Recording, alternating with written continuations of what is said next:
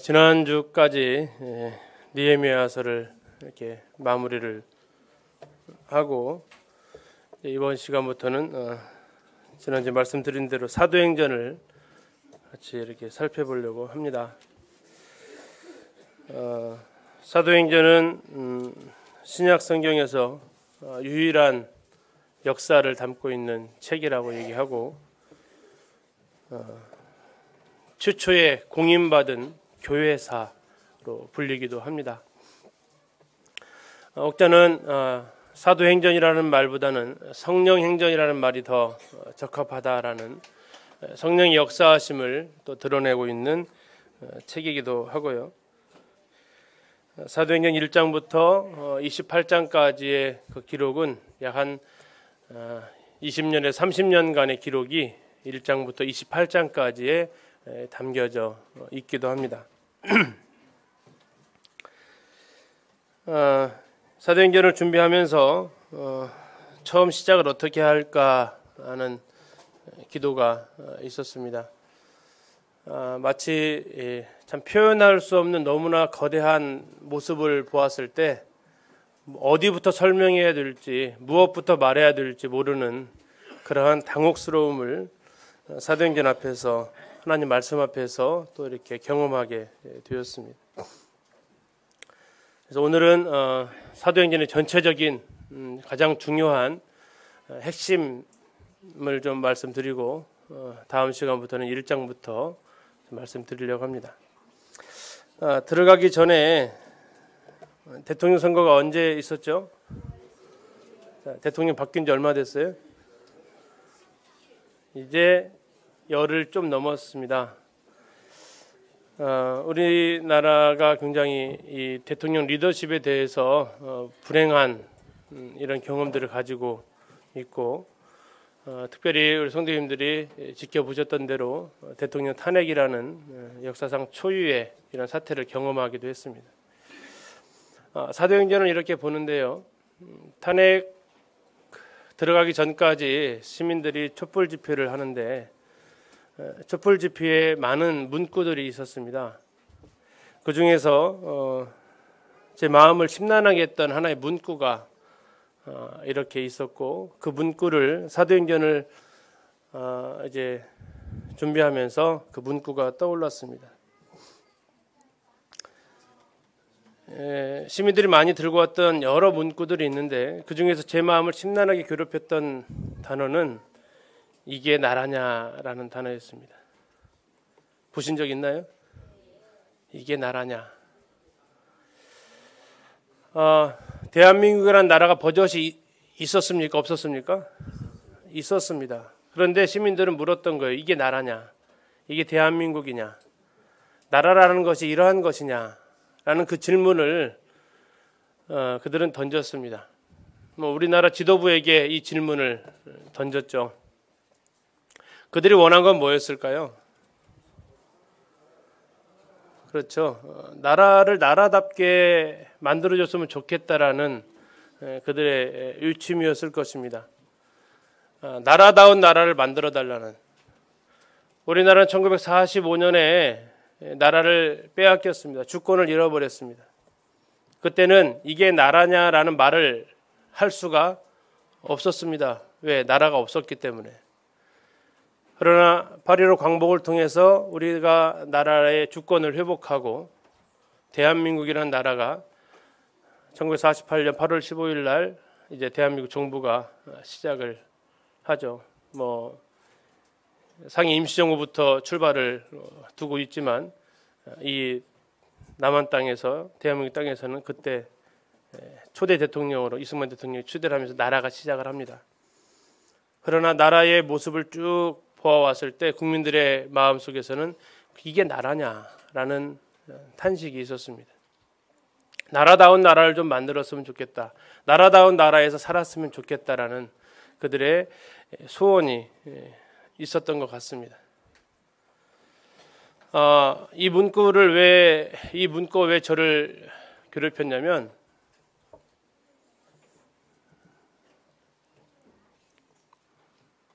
같이 한번 읽어보실래요? 시작.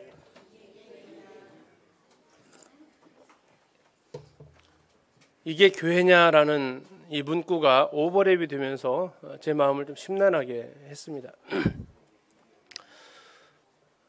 기린노교를 따라 한국 교회를 한번 생각을 해보니까 한국 교회가 대한민국의 희망입니까? 대한민국의 걱정거리입니까? 요즘 언론에 드러나는 것은 대한민국은 한국에 있는 이 교회로 인해서 평안함을 얻고 있습니까? 걱정거리가 되고 있습니까? 걱정거리라고 그들은 얘기합니다. 이 교회가 세상을 향해서 변화를 촉구하고 있습니까? 세상이 교회를 향해서 변화되라고 촉구하고 있습니까? 세상이 교회를 향해서 변화되라고 촉구하고 있습니다. 바뀌었어요. 교회 다닌다라는 것이 신뢰할 수 있다라는 이게 징표가 됩니까? 아니면 이게 교회 다닌다는 것이 말하기를 좀 꺼려지는 상황이 되어지고 있습니까? 어느 이민자가 미국에 갔더니요. 미국에 갔는데 굉장히 그쪽에 있는 분이 잘해주더래요. 너무나 잘해주는데 알고 봤더니 그분이 그 교회 장로님이셨대요. 그래서 자기가 이제 아는 사람한테 나 너무나 좋은 사람 만났다고 그랬더니 그 사람이 그러더래요. 사람 잘 봐서 믿어야 돼. 조심해야 돼. 너한테 이렇게 호의를 베푸는 것은 다른 속뜻이 있을 수 있어. 아이 걱정 마. 그분 교회 장로래. 그러니까 조심하라고.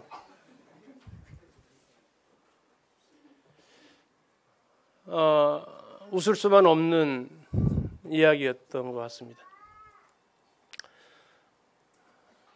사도행전에서 시작되어진 하나님의 교회가 그리스도의 몸된 교회가 오늘날 우리에게 어떠한 모습으로 비춰지고 계십니까? 대한민국이 이게 나라냐라는 소리를 할 때에 우리의 마음속엔 한 번 더 과연 그럼 이게 교회냐라는 이러한 물음 앞에 제 개인적으로 서게 되었습니다. 그건 아마도 교회가 교회되어야 하는데 우리 그 복음성가송에 있죠. 교회를 교회되게 예배를 예배되게라는 가사가 있습니다. 교회가 교회다운 모습은 뭘까요? 대통령이 취임하면서 이게 나라냐라는 표 대신에 이게 나라다라는 이런 표현을 하는 것을 종종 봅니다. 서민들을 향한 그 행보를 대통령이 낮아진 모습을 보면서 많은 사람들이 흐뭇한 표정을 짓기도 하는 것을 봅니다. 이게 나라다라고 그들은 얘기합니다. 촛불 집회에서 이게 나라냐라고 물었던 그들이 이게 나라구나라는 인식을 합니다. 이게 교회냐라는 그 물음 앞에 우리는 이게 교회다라고 대답할 수 있기를 소원합니다. 이 세상에 고민거리가 아니라 이 세상에 희망을 주는, 이 세상이 우리를 향해서 나도 너희들처럼 변화되고 싶다라고 하는, 나도 너희들처럼 그 무리 가운데 들어가서 살고 싶다라고 하는 그러한 소원함을 갖게 되는 교회. 그래서 그들로부터 이게 교회야, 이게 교회다운 교회라는 이야기를 들을 수 있는 이러한 교회를 사도행전을 보면서 생각하게 됩니다. 교회다운 게 뭘까요? 교회다운 게. 교회답다. 이게 교회다. 이게 하나님이 디자인하신 교회다. 이게 그리스도께서 자신의 피로 세우시고 싶었던 교회의 모습이다. 이게 어떤 모습일까요? 우리 기린노교회의 모습을 보면 하나님께서 그래 이게 교회야. 나를 아는 우리 성도님들 아는 기린노교회를 아는 많은 사람들이 기린노교회를 향해서 그래 기린노교회가 진짜 교회야 라고 말할 수 있기를 우리는 기도합니다. 소망합니다. 과연 교회의 모습은 어떠한 모습일까요? 이것이 사도행전을 보는 하나님 앞에서의 소원이었습니다. 그리고 하나님께서는 교회의 모습을 성경을 통해서 우리에게 제시해 주셨습니다. 이게 교회라고. 이 모습이 교회의 진정한 모습이고, 이걸 이루기 위해서 예수님께서 십자가에서 죽으시면서까지 그의 옆구리에서 나온 신부된 교회의 모습이라고. 그리고 사도행전을 보면서 하나님께서 계획하신 교회가 어떠한 교회인지를 같이 이렇게 생각해 보려고 합니다. 지난 2015년도 8월 달에 느헤미야를 시작하면서 그 주제가 광복을 넘어서 회복으로라고 이렇게 말씀을 드렸던 적이 있습니다. 저 연대기에서는 아직 광복을 맛보지 못한 영혼들이 있습니다. 그들은 지금도 저희 광복의 기쁨을 맞이하기 위해서 그들은 해방의 좋은 기쁨의 소식을 그들은 지금 듣고 있습니다. 그리고 여기 앉아 계신 대부분의 성도님들은 그 광복의 기쁨을 맛보셨습니다. 그러나 대한민국이 1948년 이후에 대한민국 정부가 수립된 이후에 나라의 모습은 이게 나라냐라는 단어로 표현되어져 왔습니다. 그래서 그들은 회복을 외쳤습니다. 그거 맞물려서 이제 우리도 구원받은 모습이 아니라, 그것에 만족한 모습이 아니라 회복되어야 될 것들을 느헤미야를 통해서 살펴보았고, 이제 사도행전을 통해서는 이제 회복을 지나서 정상화되어진 교회의 모습으로 우리가 나아가기를 소원해 봅니다. 회복되어지고 끝나는 것이 아니라, 이제 병원에서 회복되어지를 기다리는 것이 아니라, 회복되어진 이후에 퇴원해가지고 정상적인 삶을 살아갈 수 있는 생활인으로, 이제 교회가 광복의 기쁨을 넘어서 회복으로, 그리고 이 회복을 지나서 교회가 교회다운 기능을 할 수 있는 그 모습으로 나타나기를 소원하면서 사도행전을 같이 시작을 하려고 합니다.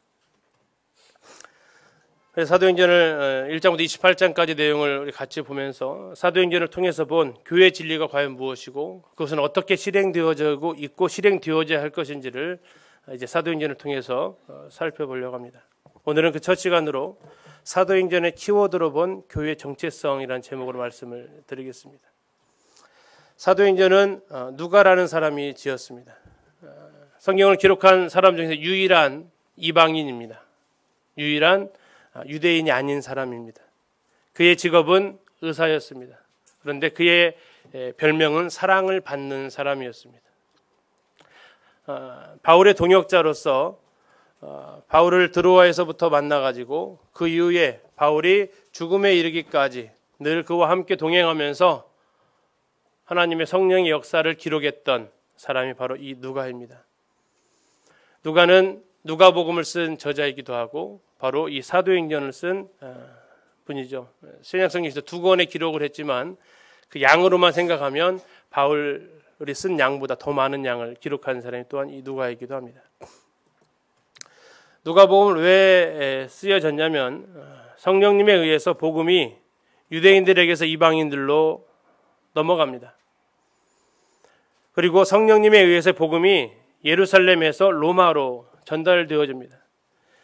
사도행전 1장은 유대인들에게 성령이 임하는 모습을 보여주고 있습니다. 이따도 살펴보겠지만 사도행전 28장은 이 복음이 이제 이방인에게로 넘어간다라는 표현으로 마무리하고 있습니다. 사도행전 1장의 장소는 예루살렘이었습니다. 그곳에서 오순절날 성령의 세례를 그들이 받게 됩니다. 사도행전의 마지막은 사도 바울이 로마에서 감옥에 갇혀 있으면서도 복음을 전하는 내용으로 마무리하고 있습니다. 성령께서 이 복음을 하나님 예수 그리스도의 말씀 그대로 예루살렘과 온 유대와 사마리아와 땅끝까지 이르러 복음이 증거되어지는 것을 보여주기 위한 것이 첫 번째 목적이고, 두 번째 이 사도행전은 예수님의 생애를 기록한 사복음서와 또 그 예수님의 십자가의 죽음을 통해서 탄생한 교회들, 그 교회들에게 쓰여진 또 그 교회 일꾼들에게 쓰여진 서신서를 연결시켜주는 중요한 다리 역할을 합니다. 우리는 사도행전이 없으면 예수님의 그 복음이 어떻게 이 교회를 형성해 갈 수 있었는지를 놓쳐버리게 됩니다. 사도행전이 없으면 고린도 교회가 도대체 어떠한 교회였고 어떻게 시작이 되었고 빌립보 교회는 어떻게 시작되었는지 거기에 대한 정보를 얻을 수 없습니다. 사도행전은 굉장히 중요한 책입니다. 더 나아가서 사도행전은 성령께서 역사하심으로 태동한 교회입니다. 성령께서 이 땅에 임하심으로 교회가 형성이 되고, 성령께서 교회에게 능력을 덧입히심으로 교회가 복음을 전하게 되고, 복음을 전하게 된 이 교회가 더 나아가서 선교회까지 확장되어져서 하나님의 교회가 불과 30여 년 만에 저 로마의 땅에 이르기까지, 예루살렘에서 로마까지 복음이 확장되어지는 이런 모습을 보여주고 있습니다. 이게 오랜 시간이 아니라 30여 년 채 안 되는 그런 시간 동안에 이러한 일들이 가능했음을 사도행전을 통해서 보게 됩니다. 사도행전은 크게 세 군데로 나눠집니다. 1장에서 7장까지, 그래서 12장까지 마지막까지 하게 되는데, 사도행전 1장 8절의 말씀을 근거로 예루살렘과 이에 7장까지고, 다음에 8장부터 12장까지와 온 유대와 사마리아, 그리고 13장부터 사도 바울을 통해서 땅 끝까지 복음을 계속해서 증거하는 이런 모습을 담고 있습니다. 공간이 확대되어지고 있고, 그 속에 담겨진 주제는 사도행전 2장에서 성령님께서 강림하십니다. 사도행전 1장에서 그들은 성령님께서 오시기를 기도하면서 준비합니다. 2장에서 성령님께서 오시고, 성령님께서 오시면서 사도행전 2장 하반절에서부터 교회가 시작이 됩니다. 그래서 사도행전 2장을 교회의 생일이라고 표현하기도 합니다. 그리고 이제 3장부터 그 교회가 어떠한 일들을 해나가는지를 기록하고 있다가, 그 교회가 예루살렘뿐만 아니라 유대와 사마리아까지 확장되어지는 이런 모든 포인트에 성령께서 이제 개입하시는 모습을 볼 수 있고, 다음에 13장부터는 교회가 이 선교의 일에 가담하고 있음을, 선교의 일에 헌신되어지고 있음을, 그리고 그 선교의 일을 시작하게 될 때에 성령의 인도하심 가운데 그 일이 진행되고 있음을 보여주고 있습니다. 주요 인물은 전반부에는 베드로 중심의 설교가 또 행적이 기록되어져 있다면 13장부터는 바울 중심으로 이렇게 기록되어지고 있고, 그래서 이 기간으로 이렇게 계산해 보면 약 30년 안팎으로 이런 일들이 33년에서부터 62년까지 계산을 이렇게 해보면 약 한 30년이라는 이런 시간 동안에 역사가 사도행전 28장 안에 녹아들어져 있습니다. 자, 오늘 이 시간에 사도행전의 키워드, 사도행전에서 가장 중요한 세 단어를 오늘 이 시간 살펴보려고 합니다. 사도행전에서 제일 중요한 키워드, 혹시 어떤 게 제일 중요한 단어가 될까요? 사도행전. 예, 그렇습니다. 첫 번째 키워드는 성령입니다. 사도행전 1장부터 28장까지 이 성령에 대해서, 이 성령께서 역사하고 계심을 사도행전을 오롯이 볼 수 있습니다. 사도행전 1장에서 성령을 기다리고 계시고, 사도행전 28장에 성령께서 이 복음의 사역을 이방인에게로 이제 본격적으로 넘기시는 이런 과정을 사도행전에서 볼 수 있습니다. 그리고 중요 전환점마다 성령께서 개입하셔서 일들을 하시는 것을 확인하게 됩니다. 자, 또 하나의 중요한 키워드는 뭘까요? 그것은 바로 우리가 모이고 있는 이 교회입니다. 성령께서는 교회를 태동하게 하십니다. 오순절을 통해서 성령은 교회를 시작하게 하십니다. 그리고 성령께서는 그의 모든 사역을 교회를 통해서 이루어가고 계십니다. 어떤 기관을 통해서 하나님께서 하나님의 사역을 이루어 가시는 게 아니라 교회를 통해서 하나님은 이 사역을 지금 이 시간까지, 우리가 살고 있는 이 현대까지 교회를 통해서 이 일을 이루어가고 계십니다. 자, 하나 더 중요한 단어는 바로 선교라는 것입니다. 교회가 무슨 일에 앞장섰냐면 바로 이 복음 전하는 일에, 선교하는 일에 그 앞장서서 사도행전 13장부터는 이 선교의 사역을 감당하고 있는 교회의 모습을 보여주고 있습니다. 사도행전을 핵심적으로 단어를 세 개를 고르라 한다면 대부분의 학자들이 이 세 가지 단어, 키워드를 꼽습니다. 이 세 가지 단어는 서로 융합되어져서 하나님의 역사를 성취해 가고 있습니다. 성령께서 교회를 통해서 선교의 일을 해나가는 것이 사도행전의 모습입니다. 교회는 성령의 인도하심을 따라서 선교의 일에 그 에너지를 쏟고 있는 모습입니다. 선교란 성령에 의해서 시작이 되어져서 교회를 통해서 이루어져야만 하는 것이 또한 선교입니다. 이 성령과 교회와 이 선교, 이 세 단어는 아주 긴밀하게 연결되어져서 오늘날에도 하나님의 역사를 이루어지고 있습니다. 사도행전을 시작함에 있어서 기린노 교회 안에 이 세 단어가 역시 키워드로 자리하고 있는지를 우리는 한 번 더 생각해 봐야 됩니다. 왜냐하면 사도행전의 가장 키워드가 이 세 단어이기 때문입니다. 기린노 교회는 하나님의 성령의 임재가 있는 교회인가? 기린노 교회는 성령의 역사하심을 경험하고 있는가?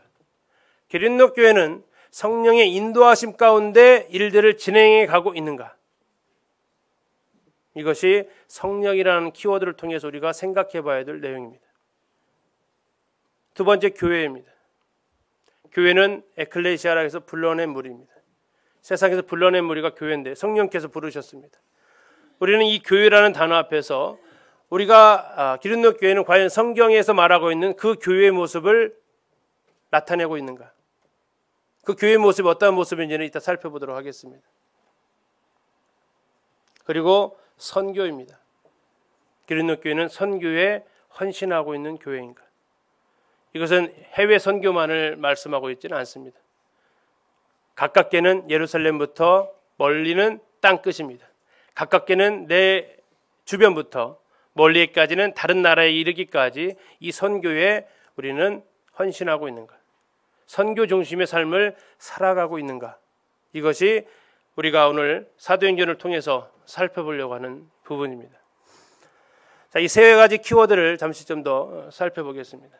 첫 번째, 성령입니다. 이제 기린노 교회의 성령과 교회와 선교라는 이 세 가지 키워드가 정말 중심을 차지하고 있는지를 생각하시면서 같이 하나님 말씀을 살펴보겠습니다. 사도행전은 1장에서 누구를 기다리고 있습니까? 성령을 기다리고 있습니다. 왜 성령을 기다리시죠? 주님의 약속이었습니다. 예수님께서 사도행전 1장에서 이렇게 말씀하십니다. 예루살렘을 떠나지 말고 나에게서 들은 바 아버지께서 약속하신 것을 기다리라. 너희는 몇 날이 못 뛰어 성령으로 세례를 받으리라 하셨습니다. 자, 성령을 그들이 왜 기다렸냐면 하나님의 약속이셨기 때문에요. 하나님께서 약속하셨습니다. 예수님께서 이 땅에서 하늘로 올리우시면 누구를 보내시겠다고요? 성령을 보내시겠다고 약속하셨어요. 그래서 교회는 이제 성령을 기다리는 것입니다.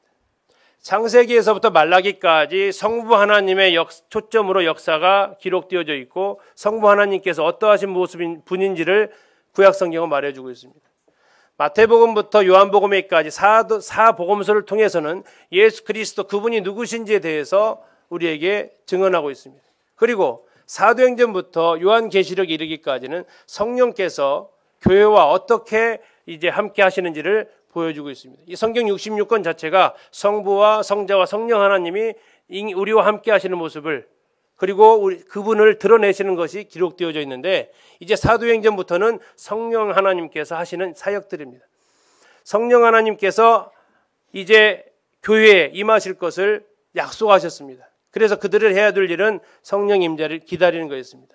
자, 왜 기다려야 되느냐? 약속하셨기 때문에. 또한 누가복음 24장을 보니까 자, 성령 임재가 어떠한 모습으로 나타나냐면 위로부터 하늘로부터 아버지께로부터 능력으로 입히울 때까지 내 힘으로 내 능력으로 내 계획으로 어떤 일을 진행하는 게 아니라 하나님께로부터 능력이 입혀질 때까지 기다려야 된다는 것입니다. 우리가 하나님을 일을 함에 있어서 제일 놓치기 쉬운 부분이 또한 이 부분입니다. 하나님께로부터 움직임이 없는데 내가 먼저 움직이는 경우, 하나님께서 일을 시작하지도 않으셨는데 내가 먼저 발벗고 나서는 경우, 우리의 일의 시작은 기다림부터 시작이 되어야 합니다. 무엇을 기다립니까? 아버지께서 약속하신 것, 하늘로부터 능력이 덧입혀지는 것. 이것이 우리의 출발이 되어야 합니다. 기린노 교회의 출발은 성령님의 임재를 기다림으로, 이미 우리에게 구원받아 우리에게 임하셨지만 우리가 하고 있는 일들에 있어서, 우리가 하고 있는 봉사에 있어서, 우리가 하고 있는 섬김에 있어서 성령님의 임재 가운데 우리가 되어질 수 있기를 기다립니다. 어떻게 기다렸습니까? 제자들은 어떻게 하면서요? 기도하면서 기다렸습니다. 자, 기다리는데 아무렇게나 하고 기다리는 게 아니라 그들은 기도하면서 기다렸다라는 것입니다. 사도행전 1장 13, 14절에 보면은 11명의 제자와 또 여자들과 예수님의 어머니가 예루살렘에 있는 그 다락방에 들어가서 그들은 기다렸는데 어떻게 기다렸냐면 마음을 같이하여서 오로지 기도에 힘썼습니다. 우리는 어떻게 성령님의 임재하심을 기다리고 있어야 하냐면 기도하면서 기다리고 있어야 합니다. 그들은 사도행전 2장 1절에서 오순절 날 기다리고 있었습니다. 다 같이 한 곳에 모여서 그들은 1장에서 했던 그 동일한 기도 가운데 성령님 임재를 경험하게 됩니다. 하나님의 교회는 기도하는 교회입니다. 예수님께서 성전을 가리켜서 하나님의 집은 만민이 기도하는 집이라고 말씀하셨습니다. 우리의 삶에서 또한 기도하는 이 모습이 기린노 교회 안에서 기도하는 이 시간이 우리에게 얼마만큼 소중한지, 이것이 다시 정상화 되어져야 되는, 내 삶에서 하나님 앞에 나아가는 이 기도 시간이 다시 정상화 되어져야 되는 것을 생각이 됩니다. 기도하는 자만이 성령의 임재하심을 경험할 수 있습니다. 그리고 성령의 임재가 있고 성령님께서 오셔서 성령님께서 사역을 시작을 하십니다. 성경의 사도행전의 주요 전환점마다 성령님께서 역사하시는데요. 첫 번째, 사도들이 전도할 때에 성령께서 말하게 하심을 따라서 베드로가 사도들이 복음을 설교합니다. 그리고 나서 그날에 구원받는 자가 3,000이나 더해지는 역사가 사도행전 2장에서 일어나게 되는데, 그들이, 제자들이 다 성령의 충만함을 받고 성령이 말하게 하심을 따라서 다른 언어들로 말하기를 시작했다라고 얘기하고 있습니다. 여기서부터 교회의 역사가 출발합니다. 우리는 성령의 충만함을 먼저 받아야 합니다. 그리고 성령의 말하게 하심을 따라서 말해야 됩니다. 이게 우리의 순서입니다. 첫 번째는 우리가 성령께서 내 삶의 역사로 임해 주시기를 기도합니다. 내가 하는 일에, 내가 하려고 하는 그 말에, 내가 하려는 그 전도에, 그 섬김에, 그 봉사에, 그 예배에 하나님께서 함께 하시기를 우리는 기도합니다. 기도하면서 우리는 기다립니다. 그리고 그분의 충만함을 받고 그분의 말하게 하심을 따라, 그분의 섬기게 하심을 따라 우리는 그 일을 시작해야 합니다. 여기서부터 시작입니다. 그 앞에 두 개가 전제되지 않는, 하게 되면 성령의 인도하심이 아닌 사람의 계획에 따라서 진행되어지는 교류할 위험이 있습니다. 두 번째, 사도행전의 주요 전환점은 예루살렘에서 복음이 사마리아로 넘어가는 과정 속에 있었습니다. 이때도 역시 성령께서 개입하십니다. 이 두 사도가 그들에게 안수함에 성령을 받는지라. 또 에디오피아 내시에게도 나타날 때에 성령이 빌립더러 이르시되 이 수레로 가까이 나아가라. 우리의 사역을 바꿀 때가 있습니다. 우리가 하던 일을 바꿀 때가 있어요. 이때도 역시 내 생각대로 바꿔지는 게 아니라 성령의 인도하심 따라서 방향을 바꿀 수도 있고 성령의 인도하심 따라서 대상이 바뀌어질 수도 있습니다. 중요한 것은 성령의 인도하심 가운데 이 일이 진행되어져야 된다라는 거였고요.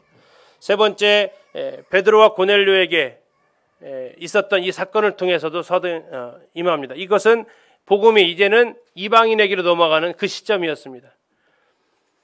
유대인들에게 시작되었던 2장의 복음이 8장에서 사마리아로 넘어갑니다. 그리고 10장에서 이제 이방인으로 넘어가는 그 전환점에서도 성령께서 또한 사역하십니다.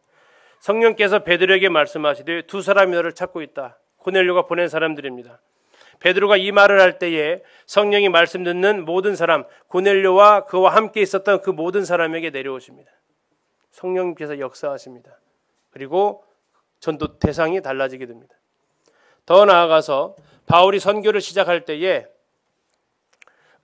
주를 섬겨 금식할 때에 성령이 이르시되 하셨습니다. 그리고 두 사람이, 바울과 바나바가 성령의 보내심을 받았습니다. 그리고 그들이 생각지도 않았던 유럽에 어떻게 복음이 전해지게 됩니까? 성령이 아시아에서는 더 이상 말씀을 전하지 못하게 하십니다. 그래서 그 말씀을 유럽으로 넘어가라고 말씀하시는데 그 전환점에서도 역시 성령께서 이제 이 일을 막으시고 새로운 길을 여십니다. 그래서 사도행전을 성령행전이라고 표현하기도 하는 것입니다. 중요한 전환점마다 성령께서 그 일에 개입하십니다. 바클레이라는 성경학자는 그래서 이렇게 얘기합니다. 사도행전에서는 모든 위대한 사람과 모든 중대한 움직임이 성령님의 감동과 지원을 받고 있다. 자, 이 시간 기린노 교회의 모습은, 아니 이 시간 나의 모습은 성령님의 감동과 지원으로 움직이고 있는지, 전환하고 있는지, 사역하고 있고 섬기고 있는지 우리는 한 번 더 생각해 봐야 합니다. 왜냐하면 하나님의 교회는 성령에 의해서 인도함을 받기 때문입니다. 그리고 그 성령의 인도함은 기도하는 사람이 경험할 수 있습니다. 기도할 때에 우리가 그 일을 알 수 있습니다. 사도행전의 두 번째 키워드, 교회입니다. 교회의 시작은 오순절 성령님의 강림 후부터 시작이 됩니다. 베드로가 성령의 감동하심을 따라서 말하게 되었을 때에 베드로가 유대인들을 향해서 오순절날 모인 그 유대인들을 향해서 설교했을 때에 그 말을 받은 사람들은 베드로가 전한 그 복음의 말씀을 받은 사람들은 세례를 받습니다. 그리고 이날의 신도의 수가 3,000명이나 더해집니다. 하루에 일어난 구원의 역사입니다. 그들은 날마다 마음을 같이 해서 성전에 모였습니다. 왜 성전에 모였을까요? 3,000명이 모일 수 있는 장소가 개인집은 할 수가 없어요. 그들이 다 모일 수 있는 곳은 성전입니다. 자, 그 성전에서 떡과 잔을 뗐을까요? 그 자리에 3,000명이 어떻게 떡과 잔을 다 떼겠습니까? 그래서 그들은 떡과 잔을 어디서 뗍니까? 집에서 뗍니다. 집으로 돌아가서 모여서 그들이 만찬에 함께합니다. 그리고 그 이후에 기쁨과 순전한 마음으로 음식을 먹으면서 그들은 교제합니다. 그리고 하나님을 찬미합니다. 그리고 또 온 백성에게 칭송을 받습니다. 그래서 주께서 구원받는 사람을 날마다 더하게 하십니다. 이것이 교회의 시작된 첫 번째 모습입니다. 그리고 나서 이 교회라는 단어가 사도행전에서 교회라는 단어가 처음 등장하는 것은 사도행전 5장 11절입니다. 그런데 이때부터 교회가 시작되었느냐는 그렇지는 않습니다. 왜냐하면 11절에 보니까 온 교회와 라고 표현하고 있다는 얘기는 이미 교회가 있었다라는 얘기입니다. 그것이 2장에서 있었던 교회의 시작입니다. 자, 교회의 시작은 성령님의 강림 이후부터 시작이 되어져서 지금까지 존재하고 있습니다. 그리고 그 교회는 복음과 함께 여러 지역에 세워지게 됩니다. 사도행전 11장 22절에 보니까 예루살렘에 교회가 있었습니다. 자, 우리는 사도행전 1장 8절을 기억하셔야 됩니다. 오직 성령 임하시면 너희가 권능을 받고 예루살렘과 온 유대와 사마리아와 땅끝이라고 얘기하고 있습니다. 자, 사도행전 11장을 보니까 예루살렘에 교회가 있었습니다. 다음에 사도행전 9장을 가서 보니까 유대와 갈릴리와 사마리아 교회가 평안하여 든든히 서갔다라고 얘기하고 있습니다. 자, 예루살렘과 온 유대와 갈릴리와 사마리아까지 복음이 증거져서 뭐가 되어졌어요? 교회가 세워졌습니다. 그리고 사도 바울에 의해서 선교가 진행되어지면서 14장 23절에서는 어디에 교회가 세워집니까? 각 교회라고 하는데 여기는 갈라디아 지역입니다. 사도 바울이 갈라디아 지역을 다니면서 각 교회에서 장로들을 택해서 그들을 교회를 섬기도록 세우게 됩니다. 하나님의 교회는 각 지역에 여러 지역에 세워지게 되었습니다.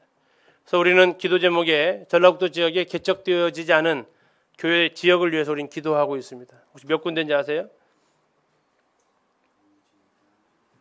무주진한 장수, 다음에 임실, 부안 5군데죠. 그 지역에도 역시 교회가 세워져야 하겠죠. 왜? 이것이 하나님께서 원하시는 모습이기 때문에 그렇습니다. 그리고 그 교회는 유대인과 이방인이 하나 되어서 탄생합니다. 자, 교회의 처음 시작은 유대인이었습니까? 이방인이었습니까? 유대인이었습니다. 예루살렘에서 시작이 되었습니다. 그런데 예루살렘에서 한정되어지지 않고 예루살렘과 유대와 여기까지도 유대인입니다. 그 다음에요. 사마리아부터는 이상해집니다. 사람들이 받아들이고 싶지 않은 지역입니다. 함께 상종하지 않는 사람들이 교회 안에 더해집니다. 그리고 어디까지요? 땅끝, 이방인에까지 더해지는데 사도행전 11장 18절에서 예루살렘에 있었던 유대인들이 고백을 합니다. 하나님께서 이방인에게도 생명 얻는 회개를 주셨도다. 이 이야기를 한 사람들이 유대인들입니다. 이방인도 이제 교회 안에 들어오는구나. 15장에서는 사도와 장로된 형제들은 안디옥과 수리아와 길리기아에 있는 이방인 형제들에게 문안한다. 편지합니다. 그들이 이 서신을 통해서 이제 너희와 우리가 하나 된 이런 상황 가운데 있다라고 그들은 편지를 보냅니다. 그리고 사도행전 마지막은 이렇게 표현합니다. 그런즉 하나님의 이 구원이 이방인에게로 보내어진 줄 알라. 그래서 이 복음이 이방인에까지, 그래서 지금 어디까지 왔습니까? 극동, 대한민국 끝까지 와서 다시 여기에서 복음이 전 세계로 선교사를 통해서 확장되어지고 있습니다. 교회는 유대인과 이방인, 우리에게는 개념이 별로 없습니다. 그들이 둘이 친하게 지낸다고 하는 것이 무슨 의미인지 우리는 별로 생각이 없습니다. 그러나 성경에서 보니까 이 둘 사이는 어떠한 차이가 있습니까? 둘이 건너갈 수 없는 벽이 쌓여 있었던 사람들입니다. 실제로 예루살렘 성전, 예수님 당시 성전에 이 분리된 장벽이 있었습니다. 그리고 이 성벽을 넘어가는 이방인들은 죽어도 책임을 묻지 않는다라는 경고문이 그 기둥에 붙여져 있었습니다. 함께할 수 없는 사람들이었습니다. 너희들의 한계는 여기까지였습니다. 이 벽을 넘어오면 너희들은 죽는다는 것입니다. 사도 바울이 나중에 예루살렘에서 체포되어 갔던 이유도 그 이방인을 갖다가 여기를 넘겨왔기 때문에 그들가 체포되어져 가는 역사가 기록되어져 있습니다. 함께할 수 없는 무리였습니다. 그런데 그들이 예수 그리스도의 십자가의 피로 그분께서 십자가에서 이 두 개의 담을 헐어버리셨습니다. 자, 유대인과 이방인이 하나가 되었다는 얘기는 다시 얘기하면 하나 되지 못할 사람이 아무도 없다라는 것입니다. 교회 안에서는 누구도 그 누구도 우리와 함께할 수 있다라는 것입니다. 이것이 그리스도의 몸인 주님께서 원하시는 것입니다. 그래서 고린도서 10장에 가서 보시면 유대인이 있었고 다음에 헬라인 이방인이 있었습니다. 그리고 이 유대인과 헬라인 이외에 다른 한 세 사람이 지어지는데 그게 누굽니까? 그게 교회입니다. 유대인과 헬라인 중에서 예수 그리스도를 주로 고백한 자들이 따로 나와서 모여서 그들이 이루어진 것이 교회라는 공동체입니다. 교회가 한 세 사람을 하나님께서 지으셨다고 말씀하고 있습니다. 네 번째, 교회는 성령께서 장로들을 세워서 교회를 보살피게 하셨습니다. 사도 바울이 곳곳에 복음을 전했다는 것은 잘 아십니다. 그러나 그가 복음만 전한 것이 아니었다는 것을 우리는 기억합니다. 사도행 14장 24절에서 각 교회에서 장로들을 택하여 금식 기도하며 그들이 믿는 주께 그들을 위탁했다라고 얘기하고 있습니다. 사도 바울은 선교한 그 지역에 그 교회에 장로들을 세워서 자신이 떠나고 난 이후에 그 장로들이 교회를 돌아보게 했습니다.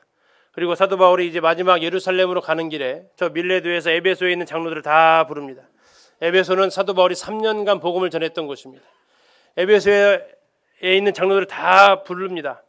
바울이 밀레도에서 사람을 에베소로 보내어 교회 장로들을 청하니 그들이 왔습니다. 여러분은 자기를 위하여 또는 온 양떼를 위하여 조심하십시오. 성령이 그들 가운데 여러분을 감독자로 삼으셨습니다. 자, 장로들을 누가 세운다고요? 성령이 세우신다는 것입니다. 그러면 장로들은 무엇을 하느냐? 하나님이 자기 피로 사신 교회를 보살피게 하셨습니다. 교회를 보살피는 것이 장로들의 역할이라는 것입니다. 그리고 어떻게 보살펴야 될지를 29절부터 쭉 설명을 하고 있습니다. 그 내용은 사도행전 20장을 볼 때 살펴보겠습니다. 그러나 중요한 것은 이 교회는 사람에 의해서 세워지지 않고 사람의 인기도에 의해서 세워지지 않고 성령께서 세우신다는 것입니다. 자, 어떻게 그럼 성령께서 세우신지를 알 수 있을까요? 역시 우리는 동일하게 기도하게 됩니다.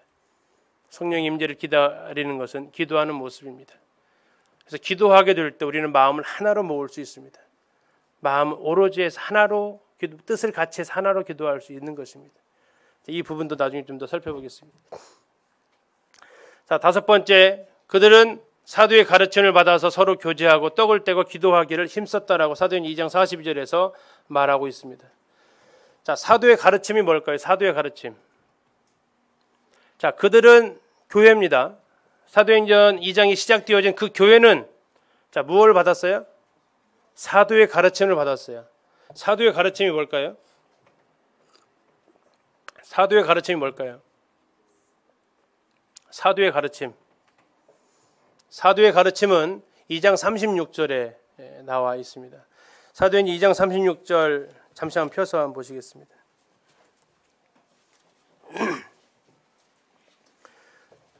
오늘날에서도 우리에게 사도는 남아있지 않습니다만 사도의 가르침은 오늘날에도 여전히 남아있습니다. 2장 36절을 보시면 사도 바울이 자신의 설교를 마무리하는 마지막 정리입니다. 그런즉 이스라엘 온 집은 확실히 알지니 너희가 십자가에 못 박은 이 예수를 하나님이 주와 그리스도가 되게 하셨느니라 라고 했습니다.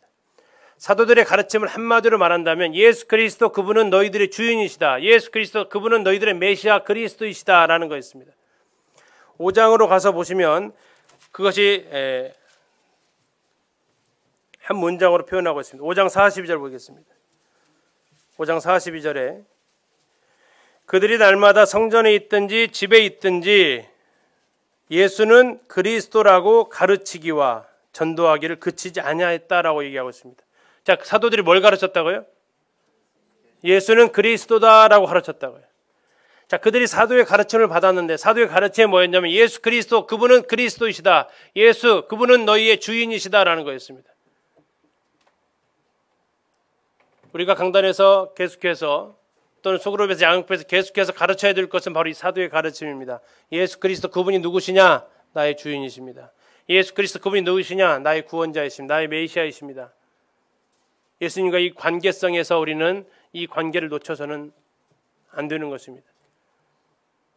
성경의 66권에 대해서 아는 것도 중요하지만 정말 우리가 알아야 될 것은 그걸 통해서 예수 그리스도 그분이 나의 주인이라는 사실을 아셔야 합니다. 이걸 놓치게 되면 우리는 사도의 가르침을 받은 게 아닙니다.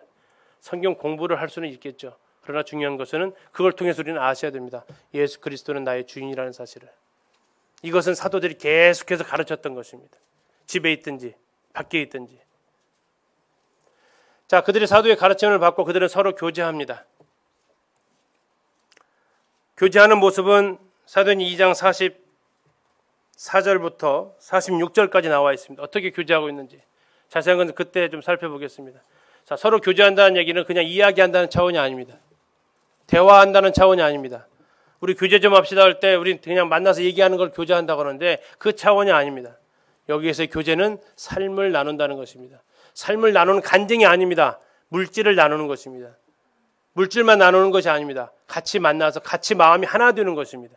연합되어지는 것입니다. 네 것 내 것이 없는 관계까지 가는 것입니다. 상대방이 아플 때 나도 아픈 것입니다.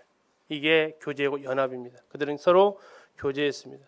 그들은 떡을 뗐습니다. 그들의 중심은 하나님 예수 그리스도 그분이셨습니다. 그 중심이 그들은 흔들리지 않았고 그들은 기도하기를 힘썼습니다. 우리가 기린노 교회가 무엇을 힘써야 될 것인가를 우리는 생각하게 됩니다. 우리가 힘써야 될 것은 사도의 가르침을 받는 것입니다. 예수는 그리스도라고 이 가르침을 우리가 받는 것입니다. 여전히 구원받았다고 하면서 내가 주가 아니라 정말 예수 그리스도 당신이 주인이십니다라고 말하면서 살아가는 것. 그리고 성도들끼리 서로 연합되어지고 예배하고 기도하는 이 가운데서 이 일이 진행되어졌습니다. 또한 교회는 거듭난 그리스도인들의 모임이었습니다. 2장 47절에 보니까 이렇게 말씀하십니다. 주께서 구원받는 사람을 날마다 더하게 하셨다라고 하십니다. 누구를 더하게 하셨다고요? 구원받는 사람. 교회는 구원받는 사람들이 모이는 곳입니다. 어느 혹자는 이렇게 얘기합니다. 내가 구원받았는지 혹 구원받은 이후에 내 삶에 나타나지는 변화가 없다라면 어정쩡하게 그리스도인이라고 생각하지 말고 그리스도인이겠지라고 생각하지 말고 하나님 앞에 솔직한 모습으로 나오라. 교회는 거듭난 구원받은 사람들이 모이는 곳입니다. 그리고 그곳에 있는 사람들을 그리스도인이라 일컫게 됩니다. 이 일컬음은 우리끼리 부르는 이름이 아니었습니다. 이 일컬음은 주변에서 기린노교회 다니는 사람들은 그리스도인이라고 말해줬다라는 얘기입니다. 이것이 교회의 모습입니다. 교회는 성령님의 강림 후에 시작이 되어져서 복음의 확장과 함께 여러 지역으로 확장되어집니다. 여러 지역으로 확장되어지면서 유대인뿐만 아니라 이방인들이 그곳에 하나 되어져서 그리스도의 몸으로 산성하게 되고 그렇게 세워진 교회들은 장로들에 의해서 보살핌을 받게 됩니다. 그리고 그 교회들은 사도의 가르침과 서로 교제함과 떡을 떼고 기도하면서 그들의 성령 인도하심을 계속해서 받게 되게 되고 그런 가운데 그 교회는 거듭난 그리스도인들을 성령께서 보내주시는 것이 교회의 모습으로 성경은 말씀하고 있습니다. 세 번째 선교에 대해서 말씀드리겠습니다.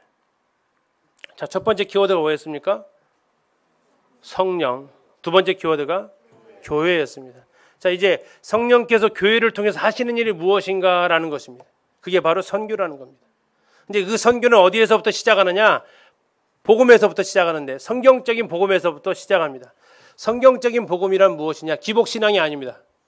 성경적인 복음은 예수께서 하신 일입니다. 누가는 사도행전 1장을 기록하면서 이렇게 표현합니다. 데오빌로여, 내가 먼저 쓴 걸 누가복음입니다. 누가복음에는 무릇 예수께서 행하시며 예수께서 가르치기를 시작하신부터 예수께서 그가 택하신 사도들에게 성령으로 명하시고 예수께서 승천하신 날까지 이를 기록했습니다. 복음이 뭡니까? 예수 그리스도 그분이 누구신가 하는 것입니다. 예수 그리스도와 나와의 관계, 아까 사도들이 가르쳤던 것이 예수 그리스도 그분은 너의 주인이시다라는 것처럼 복음은 예수 그리스도께서 어떠하신 분인지, 그분이 무엇을 하셨고 무엇을 가르치셨고 무슨 명령을 하셨고 그분은 원래 어떠한 분인지를 드러내는 것입니다. 또한 이 복음은 예수 그리스도를 이제는 내가 주인이 아닌 예수 그리스도가 나의 주인이라고 고백하게 하는 것이 또한 바른 복음입니다. 천국 가는 것이 목적이 아닌 것입니다. 또한 이 복음은 사도 바울이 곳곳에 다니면서 유대인과 헬라인들, 이건 모든 사람들입니다. 유대인과 헬라인, 그 중에서 예수 그리스도를 주로 고백하여서 모인 사람들이 교회였기 때문에 유대인과 헬라인은 모든 사람들입니다. 그들에게 증언했던 두 가지, 첫째는 하나님께 대한 회개, 둘째 우리 주 예수 그리스도에 대한 믿음. 사도 바울은 이 성경적 복음을 가지고 그는 누구에든지 이 복음을 증언했습니다. 두 번째, 선교는 성령님의 권능이 임할 때 가능합니다. 그리고 성령님이 임하시면 자연스럽게 나타나게 됩니다. 전도해라 되어지는 게 아니고요. 전도할 수밖에 없게 되는 것입니다. 자, 오직 성령이 너희에게 임하시면 너희가 권능을 받고 예루살렘과 온 유대와 사마리아와 땅끝까지 이르러 내 증인이 되리라. 잘 보십시오. 권능을 받는 게 먼저입니까? 증인이 되는 게 먼저입니까? 뭐가 먼저예요? 권능을 받는 게 먼저입니다. 자, 권능을 받지 않으면 증인이 될 수 없습니다. 우리는 성령이 임하심이 없이는 권능을 받지 못하고 그 권능을 받지 못하면 우리는 전도할 수 없습니다. 그래서 구원받은 사람에게 나타나는 첫 번째 증상은 전도한다는 것입니다. 내가 구원받았는데 전도할 마음이 흔히 말하는 1도 없어요. 구원 아니에요. 그건. 단연코 구원받은 거 아닙니다. 왜요? 성령 임하신 적이 없기 때문에 그래요. 성령 임하시면 잘 보십시오. 땅 끝까지 이르러 내 증인이 되라입니까? 되리라입니까? 무슨 차이죠? 내 증인이 되라, 이것은 뭐예요? 명령이에요. 명령. 되리라는요, 자연스러운 결과입니다. 성령이 임하시면 어떤 일이 일어난다고요? 증인이 되는 거예요. 그래서 구원받은 사람은 전도할 수밖에 없는 거예요. 구원받았는데 전도하지 않는다? 거짓말이라고요. 구원받았는데 복음에 별로 관심이 없다? 거짓말이에요. 제가 거짓말하고 단언한 게 성경이 그건 아니래요. 구원받았다고 하면서 전도하는 거, 또 복음 말씀 듣는 거, 하나님 말씀 듣는 관심이 없다? 아니라고요. 왜? 성령이 임하시지 않았기 때문에. 다시 말하면 성령이 임하시면 전도할 수밖에 없는 거예요. 성령이 임하시면 권능을 하나님께 주시는 거예요. 가끔 이런 표현을 합니다. 좀 있으면 지금 배고프시죠? 이따가 식사하시면 어떻게 되죠? 배 부릅니까? 배부르게 되라입니까? 제가 여기서 배부르게 되라 해야 배부르실 겁니까? 아니면 그냥 식사하시면 배부르게 되십니까? 배부르게 되죠. 왜요? 자연스러운 결과예요. 먹었으니까. 성령이 들어오시면 해라가 아니에요. 어떻게 돼요? 그냥 하는 거예요. 누가? 내 안에 계신 성령께서. 이게 하나님께서 말씀하신 순서입니다. 성령이 너희에게 임하시면 우리가 권능을 받습니다. 그리고 그 권능으로 우리는 주님의 증인이 되어지는 자연스러운 모습으로 나타납니다. 세 번째, 이 선교는 누구를 통해서 진행하시냐면 교회를 통해서 진행해 가십니다. 안디옥 교회에 선지자들과 교사들이 있었으니 주를 섬겨 금식할 때에 성령이 이르시되 내가 불러시키는 일을 위하여 바나바와 사울을 따로 세우라 하시니 이에 금식하며 기도하고 두 사람을 안수하여 보내니라. 두 사람이 성령의 보내심을 받았다라고 얘기했습니다. 노란색 글씨를 보시면 성령께서 하시는 일이 있고 교회가 하는 일이 있습니다. 자, 안디옥 교회에 성령이 이르셨습니다. 누가 하시는 일이에요? 성령이 하십니다. 자, 내가 불러시키는 일을 위하여 바나바와 사울을 따로 세우라. 따로 세우는 건 누가 해야 돼요? 교회가 해야 됩니다. 근데 대신 성령이 명령을 받들고 해야 돼요. 두 사람에게 안수해서 보냈습니다. 이것은 누가 하는 일입니까? 교회가 하는 일입니다. 두 사람이 성령의 보내심을 받았습니다. 이것은 누가 하시는 일이에요? 성령께서 하십니다. 성령께서 누구를 통해서 그분의 일을 진행하세요? 교회를 통해서 하신다는 것입니다. 성령님께서는 교회를 통해 선교를 진행하십니다. 성령께서는 교회를 통해서 일꾼들을 파송하십니다. 한국 교회가 연약할 때에 개인의 부르심이 우선했습니다. 개인의 소명이 더 우선했습니다. 이것은 성경적인 모습은 아닙니다. 물론 과도기적인 이 앞에적인 모습으로 이해할 수는 있습니다. 그러나 지금 이 순간은 그렇지 않습니다. 반드시 하나님의 교회를 통해서 하나님의 일을 시작하시는 것입니다. 교회는 선교를 통해서 진행하는 것입니다. 저희들이 이번에 몽골 단기 선교를 12명의 청년들이 갈 계획 가운데 있습니다. 우리 청년들한테 지금 숙제가 계속해서 나가고 있어요. 몽골 선교사들의 간증을 듣고 거기에 문제를 내서 문제를 풀게 하고 있습니다. 지금 박수영 형제님이 몽골에 가 계시는데 그분이 선교사로 부르심을 주님한테 받았습니다. 그런데 그분이 10년 이상 선교를 못 나가요. 왜 못 나갔을까요? 교회에 부르심이 없어요. 교회를 통한 부르심이 없어요. 교회를 통해 자꾸 막으시는 거예요. 근데 그분이 기다리십니다. 10년 넘게 기다리세요. 그분이 제 나이에 선교사로 나갑니다. 45살에. 27살에 그 소원을 가지고 구원 받으십니다. 그리고 정말 내 삶을 하나님 앞에 드리겠다라고 그분이 그런 소원 가운데 사세요. 그런데 교회가 거기에 대해서 인정을 하지 않는 거예요. 지금은 때가 아니다. 3번에 걸쳐서 거절을 받습니다. 그만하면 포기할 만하죠. 그런데 주님이 주신 그 소원은 포기되어지지 않습니다. 그리고 45살이 되었을 때 몽골로 파송을 받게 됩니다. 교회, 그분이 그러면서 간증하신 게 그거예요. 아, 선교는 교회와 함께 하는 것이다. 교회가 하는 것이다. 내 개인이 선교하는 게 아니다. 교회가 하는 것이 선교다라고 그분이 간증 가운데 남깁니다. 선교는 교회가 하는 것입니다. 교회가 보내서 성령 인도하심 때를 보내고 그들을 후원하는 것입니다. 자, 앞에서 말씀드린 사도 바울은 복음을 전하면서 교회를 함께 세워갑니다. 자, 낳은 분, 아기를 낳기만 하면 안 되잖아요. 길러야 되는 것처럼 복음을 전했으면 그것으로 끝나는 게 아니었습니다. 사도 바울이 15장에서 이런 얘기합니다. 며칠 후에 바울이 바나바더로 말하되 우리가 주의 말씀을 전한 각 성으로 다시 가서 형제들이 어떠한가 방문하자. 다시 돌아보러 가자 하라는 것입니다. 자, 아까 14장에서 각 교회 장로들을 세웠어요. 그 장로들을 세워서 교회를 돌아보게 했어요. 그런데 15장에서 그가 얘기합니다. 다시 가서 그들이 잘 있는지 한번 알아보자라고 얘기합니다. 그리고 사도 바울이 사도행전 그 역사가 진행되어지는 가운데 고린도후서를 쓰게 됩니다. 그때 사도 바울이 고백했던 것이 이겁니다. 고린도 교회를 향해서 이 외의 일은 고세하고는 자기가 받는 고난입니다. 뭐 40에 하나 감한매를 5번 맞고 뭐 배에서 탈선하고 이런 것들은 다 놔두고 아직도 날마다 내 속에 눌리는 일이 있으니 곧 모든 교회를 위하여 염려하는 것이다. 사도 바울은 복음 전하는 자만 그 역할만 한 것이 아니라 교회를 세우는 일도 그는 같이 했다는 것입니다. 골로새서에서 사도 바울은 얘기합니다. 내가 복음의 일꾼이다. 그리고 그 다음 절에 그런 얘기합니다. 내가 교회의 일꾼이다. 하나님의 이 선교는 단순히 그곳에 가서 복음 전하는 것으로 끝나는 것이 아닙니다. 그곳에 성경적인 교회를 세우는 데까지 이르는 것입니다.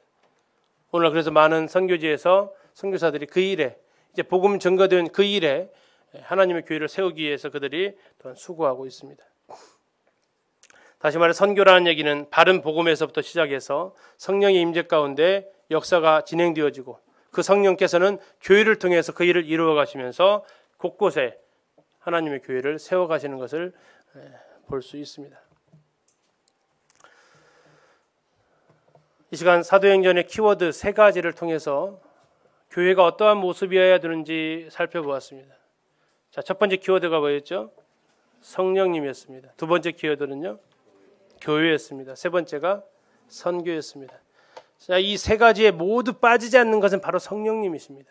성령님은 사도행전 1장부터 28장까지 계속해서 그분이 주인으로서 등장하고 계십니다. 하나님의 교회에 성령의 임재가 없다. 교회 아닙니다. 사람들의 무리가 될 수는 있지만 성령님의 임재가 없는 교회는 교회가 아닙니다. 성령님이 없는 사람은 구원받은 사람이 아닌 것처럼 성령님이 없는 교회는 교회가 아닙니다. 그래서 우리는 기도합니다. 성령께서 이곳에 함께 하셔서 그 일을 이루어 가시기를, 인간의 제도와 인간의 조직이나 사람의 생각이나 이런 것들이 그 성령님의 역사를 방해하지 않기를 우리가 기도하고 성령의 역사가 있는 곳이 되어지기를, 이것이 이제 회복이 아닌 정상적인 모습으로 나타나기를 기도합니다. 또한 성령님 인도하심으로 방향 전환을 할 수 있어야 됩니다. 성령님 인도하심으로 그 역사가 계속해서 진행되어져야 됩니다. 지금까지 해왔으니까 하는 게 아니고 성령님 인도하시면 방향을 전환할 수 있습니다. 지금까지 해왔으니까 안 해왔던 일이 아니고 성령이 하시면 새로운 일도 시작할 수 있습니다. 하던 일도 멈출 수 있습니다. 기도하면서 우리가 이 성령 인도하심을 우리가 꿈꾸게 됩니다. 그 가운데서 선교도 일어나고 그 가운데서 주님의 여러 가지 사역들을 감당할 수 있는 교회가 되기를 또한 기도합니다. 세 번째로 성령님의 권능으로 선교에 힘쓰는 교회입니다. 교회의 존재 사명은 선교에 있습니다. 교회가 존재하는 이유는 선교에 있습니다. 하나님께서 교회를 왜 세우셨느냐? 선교하라고 세우셨습니다. 그리스도의 신부를 그분은 원하십니다. 우리가 해야 될 일은 선교하는 일입니다. 가까이는 예루살렘에서부터. 여기에서만 머무르면 어떻게 됩니까? 예루살렘에 머물러 있을 때 성령께서 어떻게 하세요? 핍박을 허락하십니다. 흩으십니다. 사도행전 8장에 성령께서 흩으십니다. 가만히 있으면 안 되니까. 우리가 우리끼리 안주하고 있으면 우리 가운데 어려움이 찾아옵니다. 성령께서 흩으세요. 어떻게? 가라고. 주변으로 가라고. 흩기 전에 가야죠.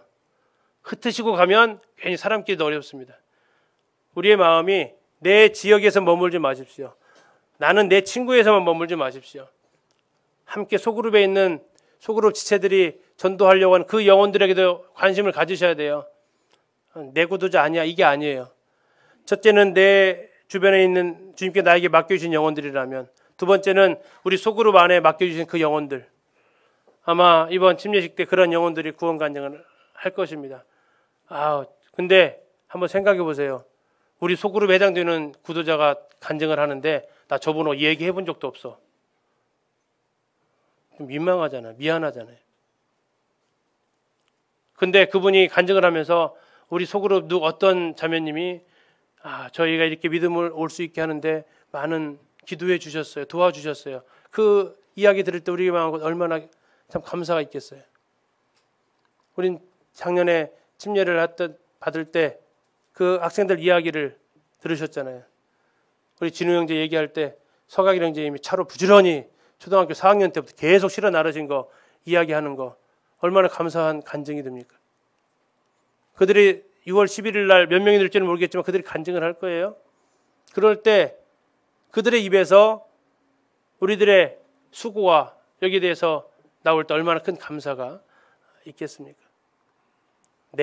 나와 관계된 구도자뿐만 아니라 내 소그룹과 관계되어져 있는 구도자 챙겨주시고, 더 나아가서 기린노교회와 관계되어져 있는 기린노교회 나오고 있는 VIP들 또 함께 더 챙겨주시고, 사역을 점점점 확대해 가셔서 더 나아가서 선교회까지, 몽골 단기 선교를 위해서 여러 가지 활동하시는 거 감사합니다만 그것뿐만 아니라 내 기린노교회에 나오고 있는 이 지체들, 그들을 위해서 나는 어떠한 섬김을 할 것인가도 우리는 더 먼저 신경을 써야 할 필요가 있습니다. 예루살렘에서 유다와 사마리아 건너뛰지 마시고, 예루살렘에서 땅끝까지로 가지 마시고, 예루살렘에서 유대와 사마리아까지, 그리고 땅끝까지 확장되어지는 교회, 이게 교회다라고 주님 앞에 칭찬 들을 수 있는, 주님께서 우스 땅에 살고 있는 욥을 향해서 네가 이 욥을 봤느냐라는 주님이 참 자랑하고 싶은 한 사람이 있지 않았습니까? 네가 이 교회를 보았느냐라는, 이게 교회지 않느냐라고 하는 그런 칭찬을 듣는 우리 기린노교회가 되었으면 감사하겠습니다. 감사합니다.